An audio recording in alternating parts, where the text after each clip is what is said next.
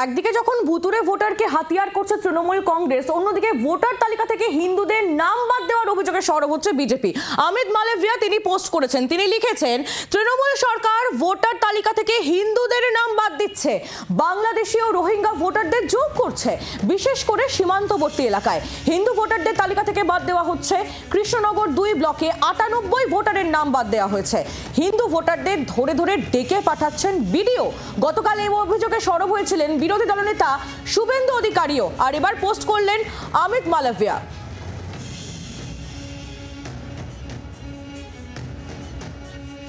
Video তার যে limitation তিনি ক্রস করছেন, এবং এটা হচ্ছে মনোজ পন্থের নির্দেশে।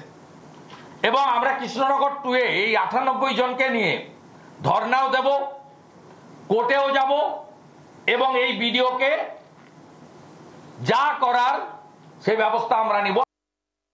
হিন্দু লোকেদের ডিস্টার্ব করা হচ্ছে। আরেকটা উদাহরণ, আমাদের বাগদাতে ভিডিও ইলেকট্রাল রেজিস্ট্রেশন অফিসার 94 বাগদা এসসি অ্যাসেম্বলি, তিনি অজয় কুমার বিশ্বাস, রাখি বিশ্বাস, প্রতিমা বিশ্বাস, এরকম আমাদের কাছে মানে বাল্ক নাম্বার অফ কমপ্লেন্ট 100 আমাদের কাছে এসেছে।